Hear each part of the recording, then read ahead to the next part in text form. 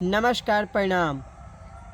हम आज एगो मुकेश मनेरी मगही सैड सॉन्ग गावे जा रहल बनी। होई गेलौ शादिया गे जानू, पियावा तोरा कतन मानहौ। होई गेलौ शादिया गे जानू, पियावा तोरा कतन मानहौ। आई तही चकिया गे जानू, बुझी है किला भरवा कान हौ। आई तही चकिया गे जानू, बुझी है किला भरवा कान हौ। होई गेलौ शादिया गे जानू, पियावा तोरा कतन मानहौ। होई गेलौ शादिया गे जानू, पियावा तोरा कतन मानहौ।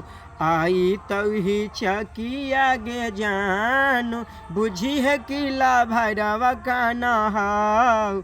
आई तही चकिया गे जानू, बुझी है किला भरवा कान हौ। तोर चलत भेलियै बाबू माई से बदनाम गे, काटी के कर जवा सोना लिखलियौ नाम गे।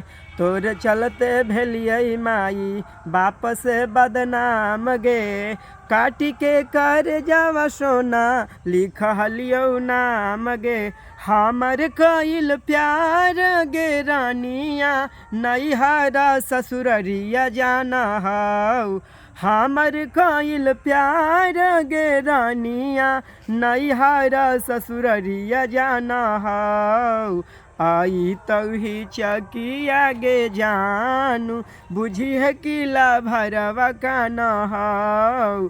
आई तही चकिया गे जानू, बुझी है किला भरवा कान हौ।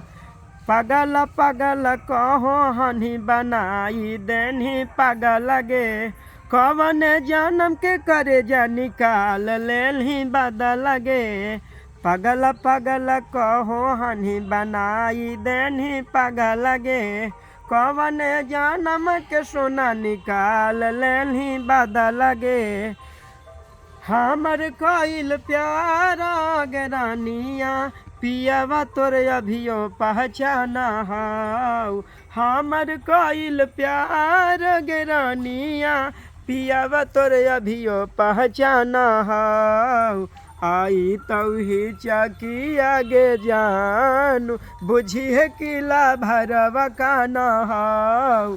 आई तही चकिया गे जानू, बुझी है किला भरवा कान हौ।